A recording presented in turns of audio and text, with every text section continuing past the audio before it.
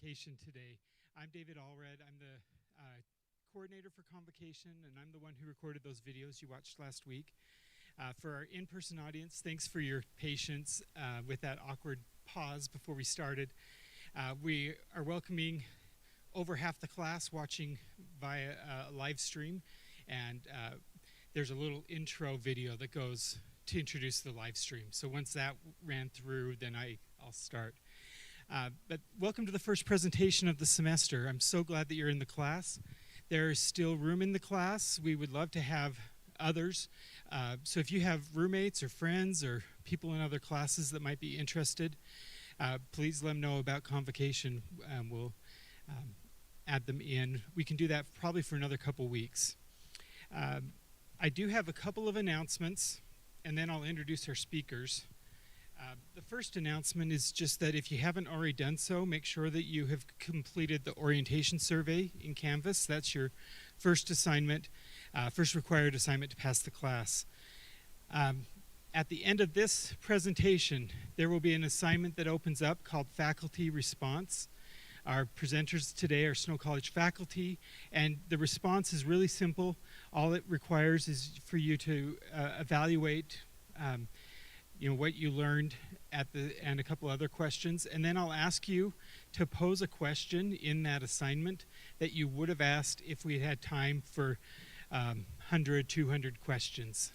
We don't have time, but I think asking a question is a good activity.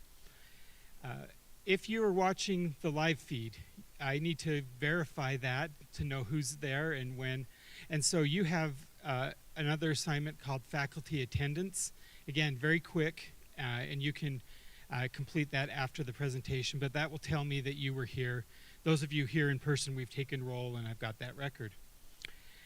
I wanted to let you know that one of the assignments is that you need to attend 3 cultural events over the course of the semester, and those can be music, dance, culture, theater, art, science events. And in Canvas, you've probably seen the calendar that we have. It's a Google calendar that lists all the options.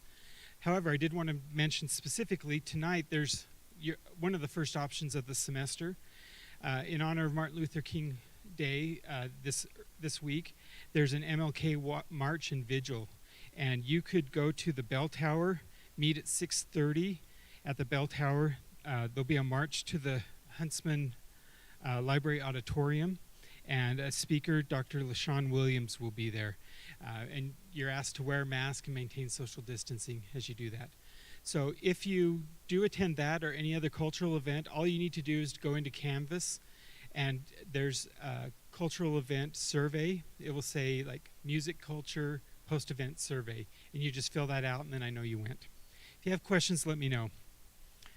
And then finally, we had a delay, but next week I will have cards for you that will have a list of all of our presenters, which day they're coming, and you can just keep that for your reference. But today is one of the days that I really enjoy with Convocation. Every semester I ask 3 or 4 faculty members from different departments, different backgrounds, different academic training to come and talk about a single topic. So last semester we talked about, well, the 3 presenters talked about COVID and how their disciplines were approaching the pandemic. Today, we have 4 presenters who are going to talk about an important teacher in their lives. And from that, I've asked them to talk about some principles about learning that they think about when they think about this great teacher. And so I'll introduce them, and then we'll just give each one a chance to come up and talk. At the end, we'll have Q&A, and so if you have any questions for our presenters, you'll have a chance to ask that in person. If you're on the live feed, you can ask that question in the chat, and we have a TA who will read your question out, and you can get an answer as well. And as I'm starting the introductions, I just selfishly wanted to talk or just mention a couple names of teachers who made a huge impact on my life, like Marion Story, Ken Cook, Elaine Lawless, and so many others. And just kind of wanted on record today that I have teachers that mean a lot to me as well. But our presenters, let me switch pages and I'll introduce them.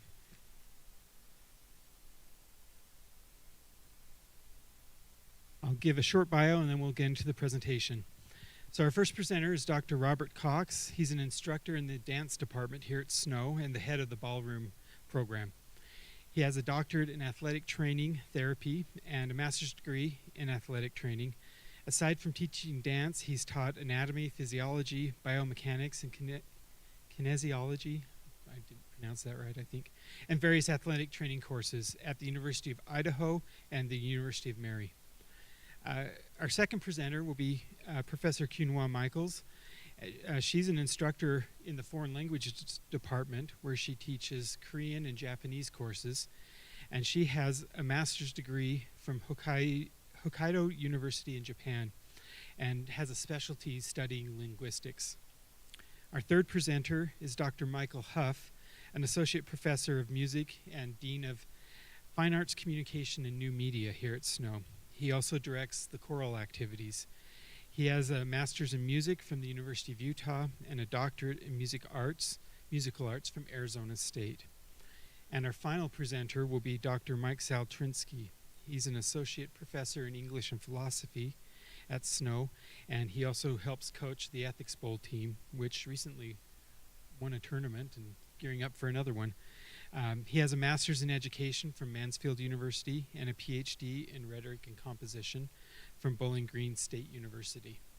So we will just hear from our speakers in order, and then we'll have a time for some Q&A at the end. Will you join me, though, in welcoming all of them to the stage and Robert to the podium?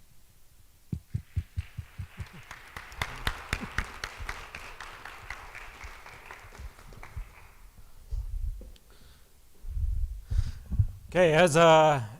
Allred said, I am Robert Cox. I've actually taught in a whole bunch of different settings, all the way from kindergarten all the way up through university, and it's a lot of fun.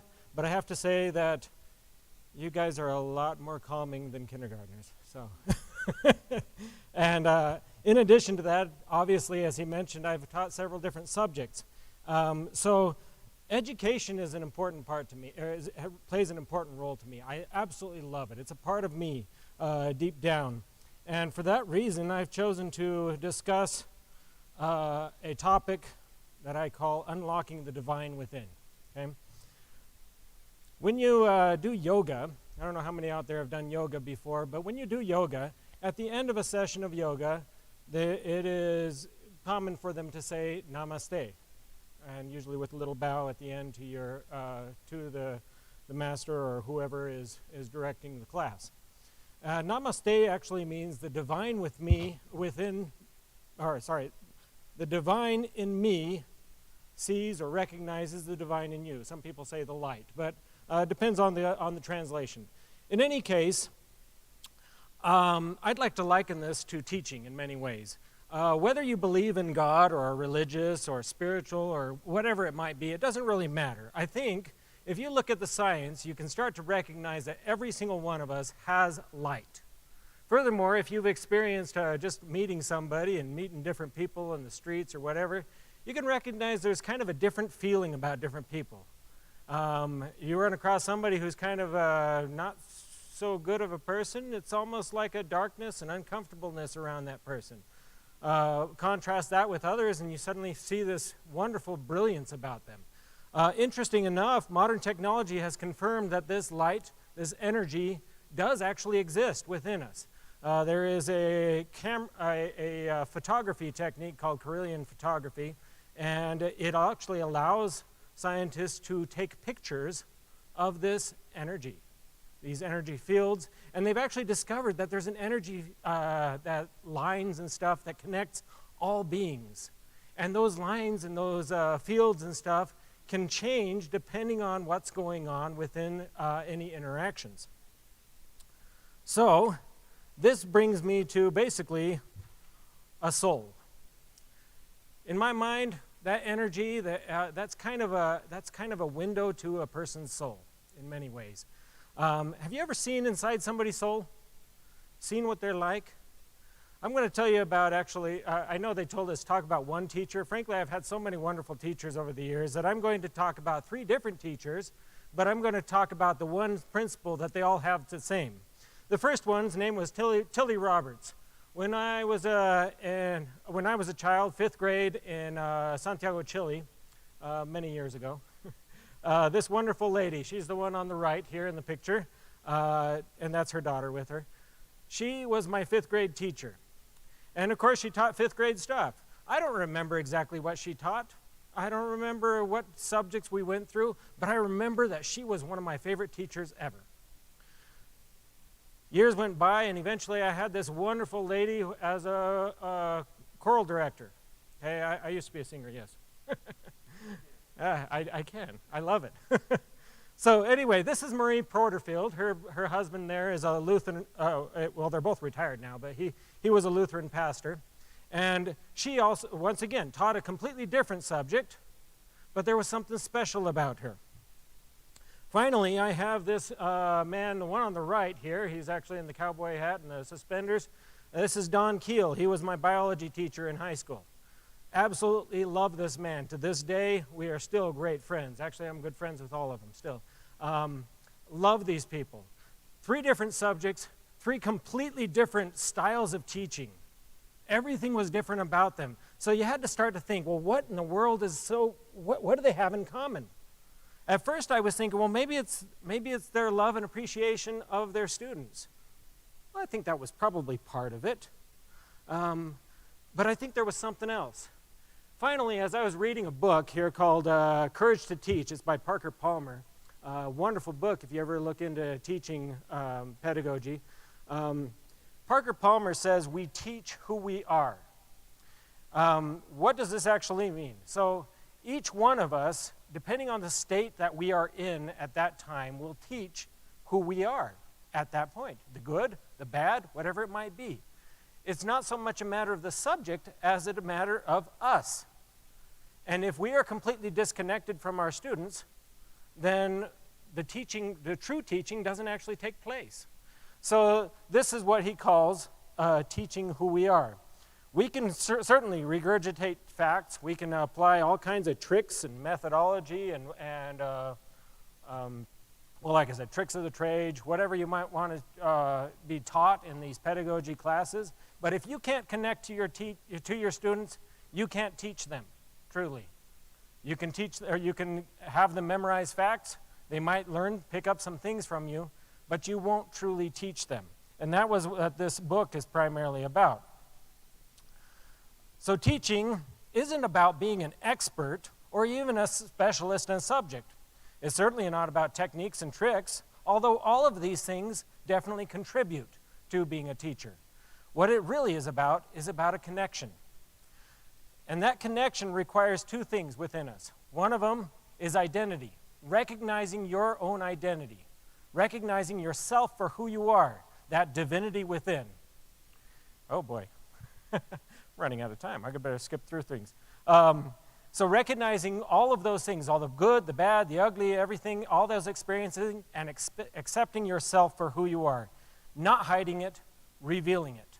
Okay, that doesn't mean you got to reveal everything about your past to your students, but let them see truly who you are. Parker Palmer demonstrates this with examples of 2 different teachers. They came from very similar backgrounds, but one of them chose to actually embrace his past, his poor beginnings. And by embracing his past, he was able to actually connect to his students and lift them because of it. The other teacher chose to hide his past. He felt like he was constantly having to defend himself and his discoveries. These are both university professors. So what happened is that the one was a very effective teacher, but the other one always had his students on guard. He was always defensive, because when you are divided within yourself and you're constantly having this war within yourself, that war is then projected on the people around you. So I'm going to skip through a few slides because well, we don't have much time here. And I want to come to this point. Teaching a subject is not the same thing as teaching a person. We are not here to develop experts in a field. We are here to develop people, because people become experts and masters not because of what they know, but because of who they are. Facts and understanding change constantly within every single field. Okay, this doesn't mean you shouldn't learn them. Definitely learn them, because they're going to be those stepping stones to reach that perfection. But the people who truly learn and truly become educated are the people who learn to accept themselves and recognize themselves for who they truly are. So in the end, I say unlock the divine within yourself. Recognize everything about yourself. And by recognizing and accepting your past and your present and your future, and being able to bring those parts together, that is when you can truly grow, and that is when you can truly connect to your students. So these wonderful teachers, what did they have in common? I believe it was because they showed me their soul, and it was beautiful. I absolutely love them. So, thank you.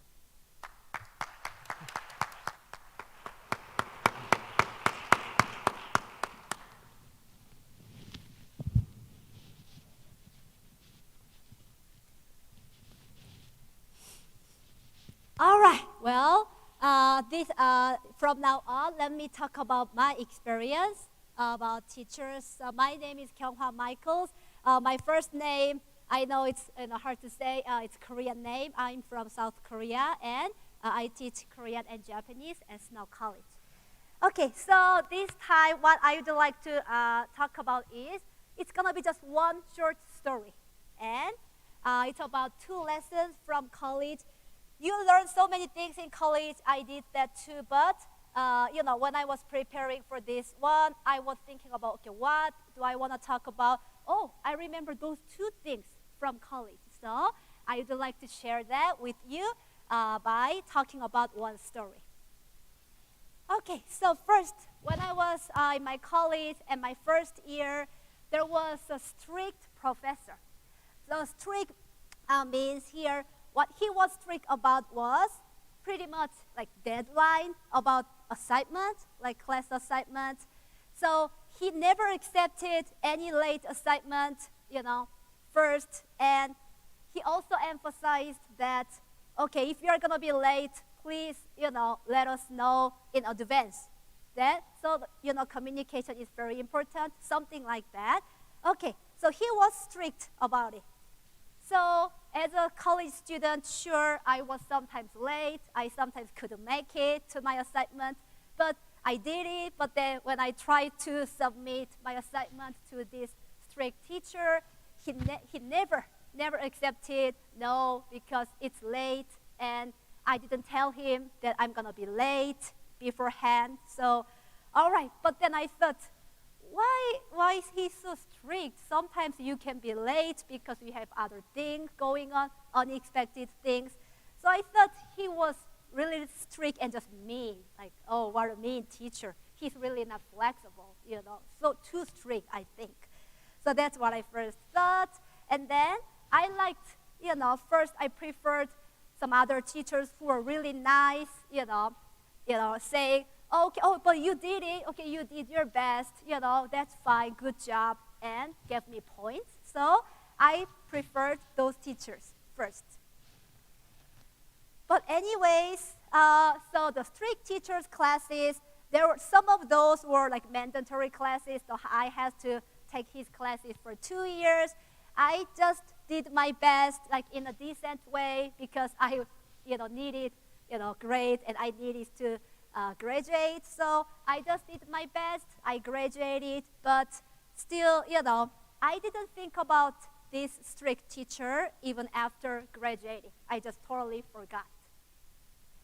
So then one day, when I was working as a full-time staff member in a university, one of our colleagues who just graduated from college and who just started his job, he made a mistake, which was he missed his deadline on our important project, and it created some inconvenience and big problem in our department. So, but in that case, when that happened, first, what he said is, but he was just late a few hours, just only a few hours. He did it. So he said, oh, but I did anyways. I did it. So then one of our managers, she said to him that, well, but you should have let us know in advance if you're gonna be late.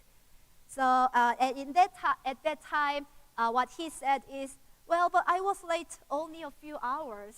So he thought, everyone reacted too much, like, because he did it anyways, and it was only a few hours late. But I was there, and I saw my boss, our boss, and managers. They were just lost for words. Like, oh, okay. So, but when I saw the situation, my impression about him, just newly graduate, just my impression was maybe, okay, he just got out of his school. Maybe his environment more like really flexible and maybe surrounded by like nice teachers. Like, oh yeah, it's okay, don't worry, you did it, something like that. So that was my impression. I mean, I don't know exactly how his college life was, but that was my impression. So then I just suddenly recalled the strict teacher. So then, oh, wait a minute. Is this why the teacher was strict that time?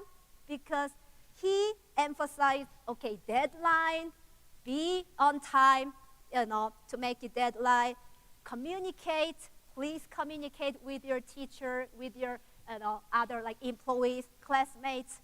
So then, like, oh, wait a minute. He was actually teaching us something important. Well, I don't know, but that's what I realized that time. It's like, okay.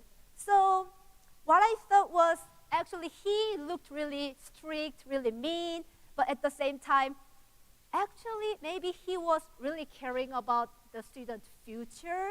So that's why, he was nice by being mean, something like that. So, but then now after like years, like several years, now, I appreciate this teacher for what he was teaching to us. So here, what I learned from him was more like, okay, learning is not only about knowledge. Sure, you learn knowledge here in college. However, learning is not only about knowledge. Sometimes learning is, about life skill. In my case, I learned from the teacher time management, smooth communication skills. Those are even, those are learning too.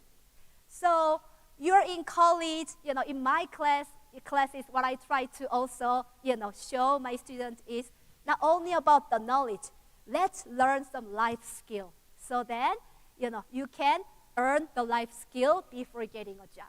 So this was what I learned from my college.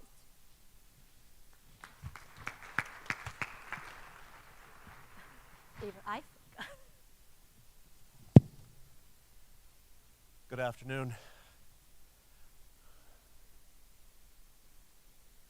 Oh, that's me. It's good to be with you, my friends. It's an honor to be able to share a few minutes with you. The United States Marines have a motto, Semper Fi. It's short for the Latin Semper Fidelis, which means always faithful or true. I want you to see the movie A Few Good Men. It stars Jack Nicholson and Tom Cruise, and it's really amazing, even though it's about 30 years old. I had a mentor in college. I knew that he was my mentor because he took me into his world. He talked with me. He shared his thoughts with me. And over time, he grew to trust me. And he gave me opportunities and responsibilities that noticeably shaped my future. He's still alive, though he's aging. He's 85 now. I owe my friend Ed Thompson so much. And I really can't measure or list all that I learned from him in our many years of collaboration. But I can say that one of the most important bits is something that has colored my life completely. Now, most days after rehearsal, we would return to his office and we would talk over lunch. And on this particular day, we were talking about our faith, something that we had in common. He stopped after a hard swallow and he said to me, "You know, I've never really been able to say that I know it's true." Speaking of his church. He said, "But I believe it's the best game in town. It's made me a better man, and it's helped me to keep my family together. Ironically, that conversation taught me more about him than nearly everything else. It wasn't about knowing if something was true. It was that I knew that he was true and that he trusted me enough to share something true about himself. And that got me thinking. And I've not stopped thinking about it over the decades since we had that particular conversation. Knowing what is true is nice. Knowing who is true is better. So I invite you to consider these questions. Whom do you trust? In your life, who is true? We hear from so many people these days, they say, I don't know what to believe anymore. Who can I trust? And maybe you too have lost faith in the people and institutions that you once trusted. It's easy to understand. So much is so false these days. And yet, it's actually possible to find truth amidst the noise. You just have to know what you're looking at and what's motivating the people providing the information. And I believe that the first rule is this: follow the money. Something you should know about the world and its economy is this: they want to separate you from your money. They do this by trying to sell you stuff that you probably don't need, but they make it look so good. And they lace everything from entertainment to so-called news programs to your favorite social media platforms with ads, ads, ads. And the more you click, the more ads they sell, and the more ads they sell, the more likely you are to spend some of your hard-earned cash on stuff. Stuff that you probably don't even need or want. The lesson: if someone is trying to sell you something, or to make you feel good, or to tell you something you already agree with, they might not actually be telling you the truth. The 19th century Scottish novelist George MacDonald said, "To be trusted is a greater compliment than being loved." I believe that he meant to imply that quality relationships are better founded on trust than love. Now think about it. Haven't we all been in a relationship that maybe was destroyed when trust was betrayed? Now, I know that my wife loves me, but if she doesn't trust me, we really have no relationship at all. So, here's something more that I learned from my mentor, Ed. He taught me to trust two things: the scientific method and the scholarly method. You see, before he was a musician, he was a rocket scientist, having worked on the Apollo project during the 60s and 70s. And his training and education required that he understand and live by the scientific method, which, as we all know, is an organized way that helps scientists, or anyone, to answer a question or begin to solve a problem. And there are usually 6 parts to it, and we know what they are, right? Question, research, hypothesis, experiment, analysis, conclusion. In other words, we ask a question, we devise an experiment to answer the question, see if the answers match our assumptions, and then we adjust our assumptions according to the evidence. This is what you're doing in the labs that we make you do. You're learning to recreate phenomena based on known scientific principles. By means of the scientific method, we can prove stuff. Like, do cow farts contribute to global warming? According to a story in the Associated Press, a news source that I trust, the answer is yes, but not much. In the early 1970s, my mentor, Ed, left Jet Propulsion Labs to pursue graduate degrees in music, and his journey led him to the University of Utah, where we met. His shift from scientist to scholar put me in contact with the scholarly method, which is the body of principles and practices used by scholars to make their claims about the world as valid and trustworthy as possible, and to make them known to the scholarly public. we use this method to explain and try to understand things, especially non-scientific things like art, aesthetics, economics, humans and humanities, social issues, and trends. You get the idea. So it boils down to this. When someone is telling me something as if it is fact, I always ask, who said so? Who else said so? Can your sources be trusted?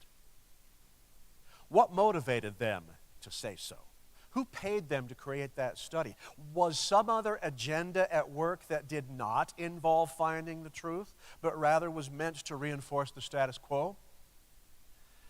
We even apply truth to music making, were they the right notes, the right rhythms, words, mood? Were we true to the composer? Did we speak the truth in our music making? You see, being true is needed and wanted everywhere. My friends, it is right to be skeptical. But we mustn't let our skepticism kill hope, nor destroy our trust in trustworthy people or institutions. So you can do this too. Get in the habit of asking the world, who said so? And who else said so? Can your sources be trusted? What motivated them to say so? Be relentlessly curious. Seek truth. Be a trustworthy friend. That's some of what I learned from Ed. He's always been true. And he taught me to seek truth, and that truth is not always agreeable, nor pleasing, nor bendable to make us comfortable. Sometimes it hurts, and sometimes it heals. Knowing what and who is true surely will, as a notable teacher said 2,000 years ago, set us free. Semper Fi. Thank you.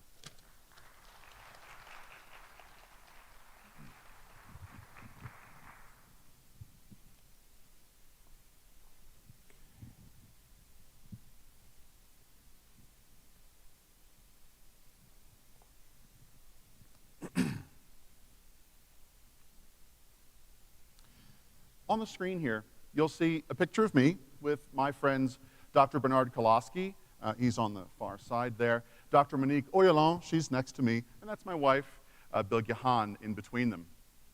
Bernie and Monique are the most important mentors in my life. Without them, I wouldn't be here talking to you today.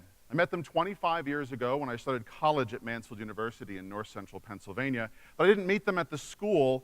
I met them being hired as a babysitter for their daughter. Now, after babysitting, Bernie and Monique would arrive home, and they would sometimes invite me to stay and join them for dinner. Monique's a wonderful cook. And during dinner, we would chat, or sometimes we'd talk just over a cup of tea. They always had a lot of flavors to pick from. NPR, a station I'd never heard before, was often playing, and the house was filled with plants. It was always warm and inviting. See, Monique is from France, so they also had this great collection of French films, and I'd never seen a foreign film from anywhere. So a couple of times I stayed and I watched a movie with them. In between films and dinners, we talked a lot, sometimes for hours. Bernie and Monique are excellent listeners. Bernie's mild-mannered, considerate, and sharply insightful, while Monique is fiery, but chooses her words with careful precision. They asked me about life and my upbringing, and they did so without passing judgment or ever asking if I thought I might change my mind about much of anything. They also said a lot of things that were peculiar to me, comments about the world and the way that it works or doesn't. At the time, I saw a lot of issues in politics or morality as one-sided, and they helped me see how life in the world is so much more complicated. Even so, despite their welcoming nature, I didn't feel like I belonged with them. See, from the age of 5, I grew up in a small, rural, conservative, Christian, and almost entirely white community in upstate PA. It's a place not that dissimilar from here. My family was very poor, and as I'm sure you know, hard work doesn't translate to wealth in the US. My parents did work hard, sometimes taking multiple jobs at once, working nights and overtime, but it was often just not enough to get by. After moving up from Philadelphia, we first lived in a 12-foot square cabin with an outhouse and no running water. For 10 years, that followed, we lived in an unfinished basement with no floors above. The house was made of concrete block, and the winters were bitter. It's unsurprising that when I decided to go to college, I chose the smallest, cheapest, and closest university I could find. I figured the school didn't matter so much. History is history, biology is not going to be different, and teachers are all basically the same, I thought. And while I didn't understand what a mindset of poverty was, I certainly possessed one, or rather, it possessed me, leading me to undermine my sense of self, to reduce my confidence, to make me shoot lower in life because I believed there was no point to try if you expected you could fail. This going to college was supposed to be a stopover on my way back home, a brief journey. That changed quickly for me, and while there were lots of influences in my life at that time that contributed, none were stronger than the mentorship, kindness, and generosity that Bernie and Monique showed me. What started as a babysitting job turned into all kinds of other jobs, like yard work or painting the garage, and we continued to talk, continued to share meals, or watch the occasional film. When I finally decided to study abroad in Russia, Bernie and Monique were the chaperones for our trip. I stayed with them one summer while I worked for the census, and when I decided to go to graduate school many years later, they let me stay in their home while they were away. Monique even helped me get an assistantship at the university so I wouldn't have to pay tuition. Since then, as you can see from the photo, just from a few years ago, we've kept in touch. We chatted over the past holiday about life and work and politics. And my wife and I visit them when we can on our trips across the U.S. to visit my family in the Northeast. For many years, though, something bothered me about my relationship with Bernie and Monique. I didn't take any of their classes, actually, until having known them for several years. Monique hadn't started at my university yet when I started undergrad, and while Bernie had, I wasn't an English major, and he taught mostly literature classes. So I had to wonder, why, of all the thousands of students they had encountered, why had they picked me to invest in, to care for, and to help along? I wasn't the best student, nor the brightest, and I didn't feel like I deserved their support. I came to believe that they had chosen me, that there was something unique in me that I couldn't see in myself. Thinking that made me feel special. I believed this idea of Bernie and Monique choosing me for many years, as if they'd plucked me from a massive list and deemed me worthy. Aha! I am approved. But I'm a professor myself now, and it is my great honor to pass on what they taught me by mentoring students just like they have. My wife and I have had dozens of students over to our home.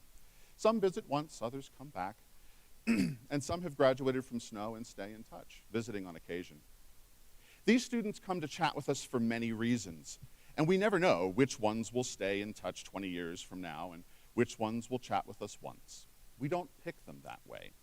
What we do know is that the ones that stay come to learn from us, to be around examples that are different from what they know.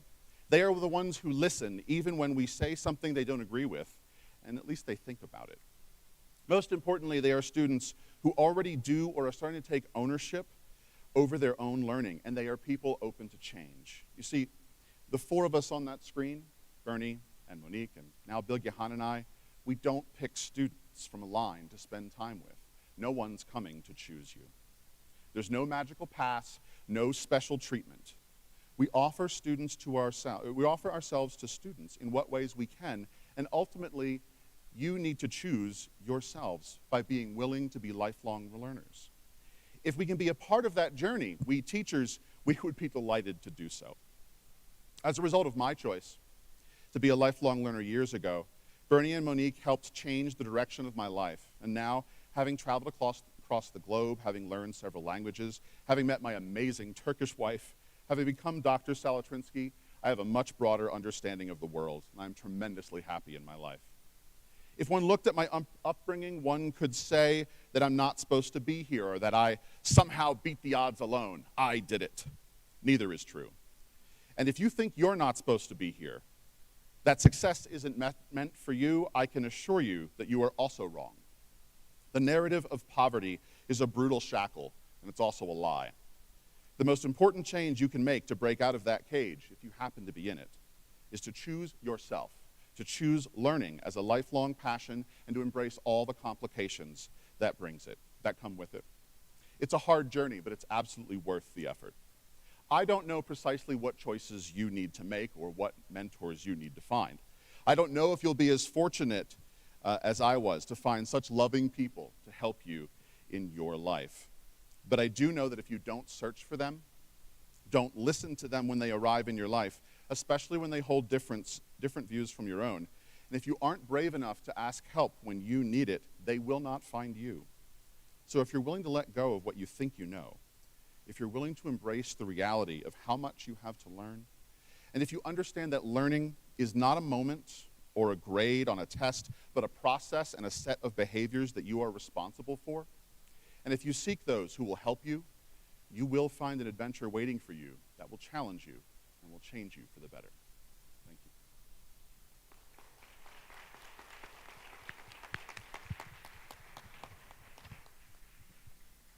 I just want to thank my colleagues from the college for the great words, and I just as another faculty member, I'm just so grateful to work with people like these. We have a question from our online chat, so we'll start with that, and then if there are questions from the audience in the room, we can go to those too. What is the best way to find the most reliable sources?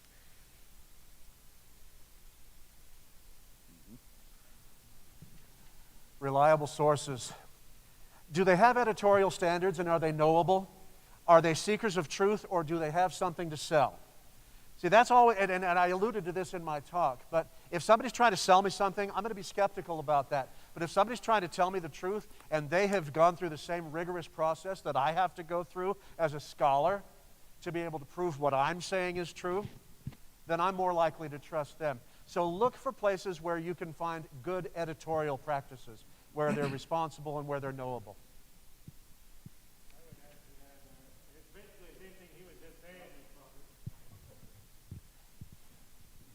Basically the same thing he was just saying. When you look at scientific or medical studies and stuff, which I've read a ton of, it's about peer reviews. You notice when Dr. Huff spoke, he talked about finding out who said, or what was it? I remember. You asked who said it and who else said it. Right, and who else said it? That was the point. It's not just a matter of finding one source, it's finding multiple sources and what are their motivations behind it. So, and that's what peer reviews are all about. Now, peer reviews aren't perfect by any means, but they're certainly a better source in those types of studies. Questions in the audience? 9 o'clock, right there.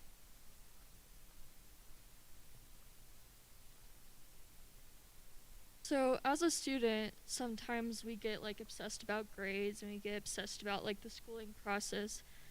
Do you have any suggestions for like kind of backing out of that and like seeing the bigger picture and truly learning?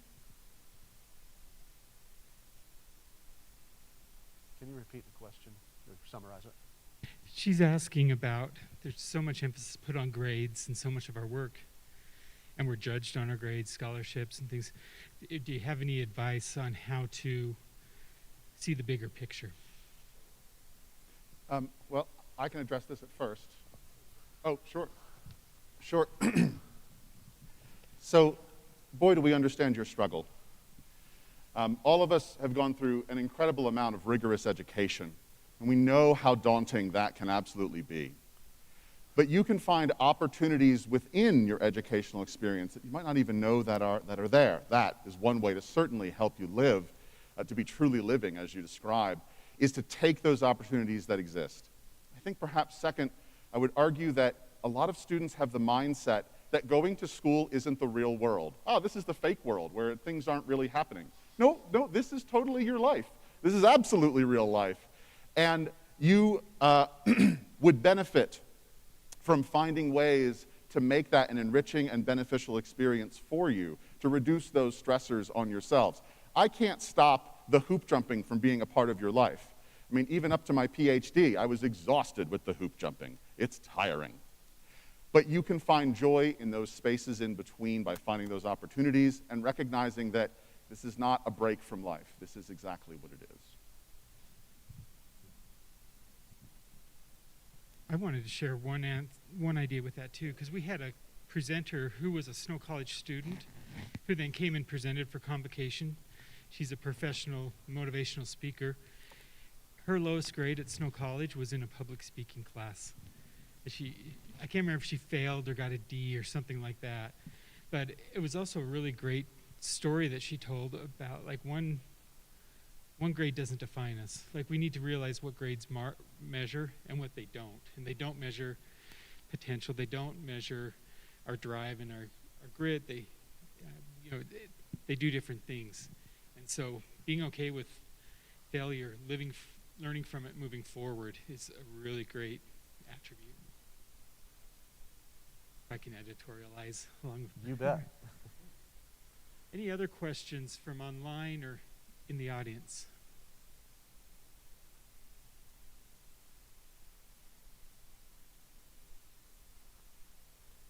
Got one in the back here. I'll get my exercise.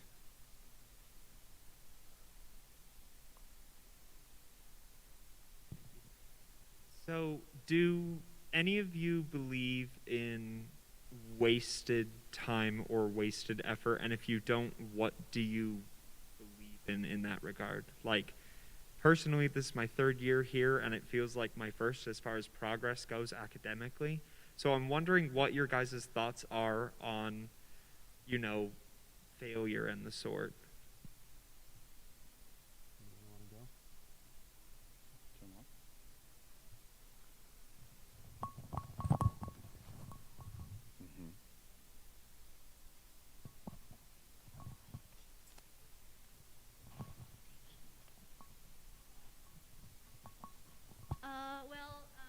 Just regarding the question, I just thought about my experience. So let me raise just one example from my experience. So in my case, I want to say first, I wasted lots of time. So for example, sure, now my specialty is like linguistic, teaching Japanese, Korean, something like that. But originally, I was trying just so many things. So for example, sure, I was learning Japanese language because I liked it, but at the same time, I just didn't know what to do with the language ability. I just did it.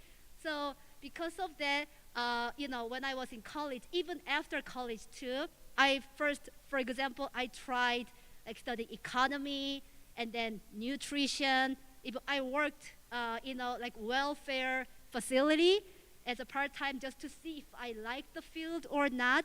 But eventually, after I think 3-4 years of trying other things, then I found myself interested in language things, and I want to be a language teacher, something like that.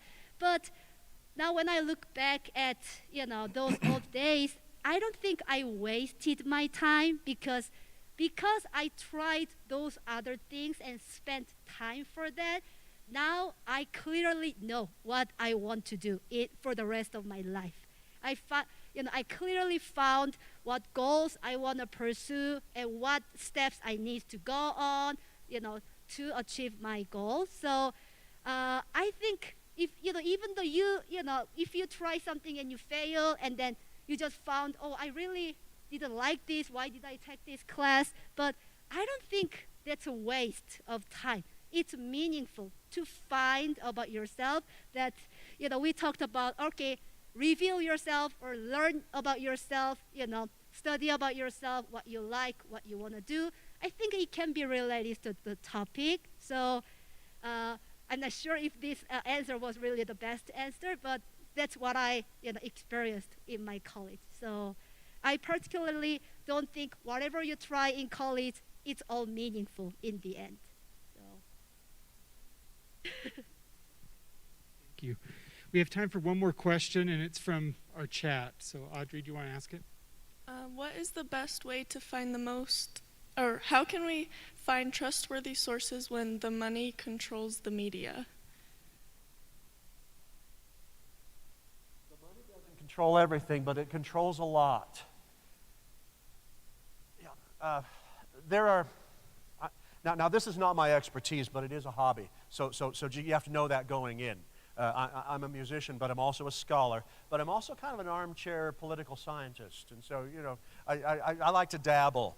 What I've found over time is that there are newspapers, and there are news magazines, and there are broadcast media that I have learned to trust. Why do I trust them? Because over time, I've found that what they have told me has been verified, has been provable. And so there are some newspapers that don't check their sources. They just print whatever they think is going to sell ads. There are other newspapers where if their reporters go to the editor and say, hey, I've got this story, and that reporter hasn't got their sources double and triple checked and can't verify what exactly they're talking about in their story, that story doesn't get printed. And if it doesn't get printed, we don't know about it.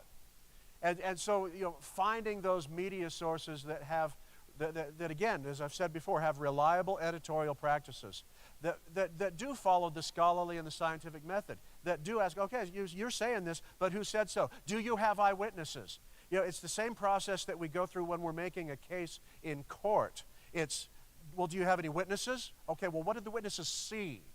And we cross-examine those witnesses to make sure that what they saw is really what they saw, or what they think they, and so we have this adversarial system in justice and also in media where we have competing ideas, we have competing visions of what's what. It's possible to know what's real. You just have to look hard, and you have to require of your sources the same accountability that we require of each other. When you say something in your papers, we ask you to cite your sources. If you just say something that is fact and don't back it up, F, or something like that. And that's how it is. And so in college, we're actually learning that process, which you can then apply the rest of your life and right now to how you consume information. And you can kind of learn to shut out the static and find trusted sources. If you want to know some names, I'm happy to name some names. Come and see me sometime. My office is right over there. Thank you. We are out of time today. I think if you have individual questions and want to come up, I'm sure that our presenters would be happy to talk with you. I also want to mention that one of your assignments is to meet me one time during the semester, so I'd be happy to meet anyone I haven't already met. So thank you for coming today. Let's give our presenters one more round of applause.